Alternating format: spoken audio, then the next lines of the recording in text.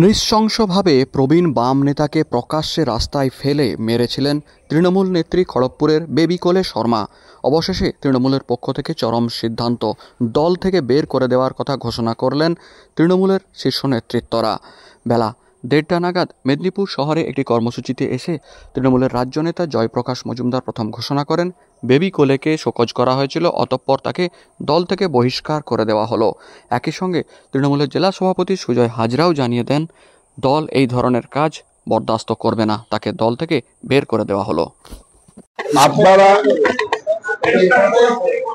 আপনারা জানেন যে কয়েকদিন আগে খড়গপুরে একটি অশালীন ঘটনা ঘটে গেছে, যে একজন বামপন্থী নেতা, বয়স্ক বামপন্থী নেতাকে একজন মহিলা, দুর্ভাগ্যজনক ভাবে তিনি আমাদের পার্টির সদস্য বলে পরিচিত, সেই বেবি কোলে তাকে অসামাজিক এবং অশালীন ভাবে তার সঙ্গে ব্যবহার করেন এবং সেই জন্যে তাকে শোকজ করা হয়েছিল।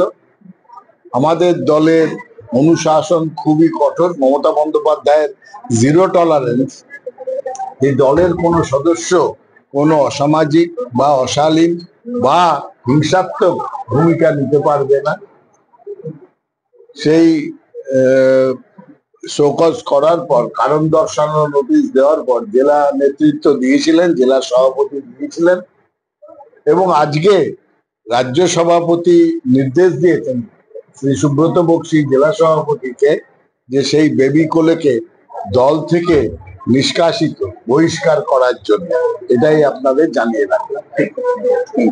দেখুন, আমাদের সর্বভারতীয় সহসভাপতি জয়প্রকাশ মজুমদার মহাশয়, রাজ্য সভাপতি আজকে এসছিলেন।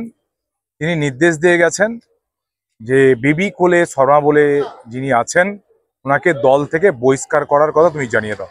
তো রাজ্য সভাপতির নির্দেশে বেবি কোলে শর্মাকে তৃণমূল কংগ্রেস থেকে বহিষ্কার করা হলো। দেখুন, আমি প্রথম দিন থেকে একটা জিনিস আপনাদেরকে বলবো।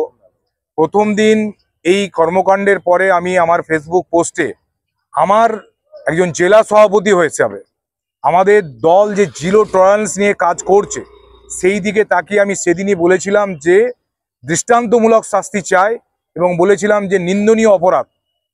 সেই বক্তব্যকেই দল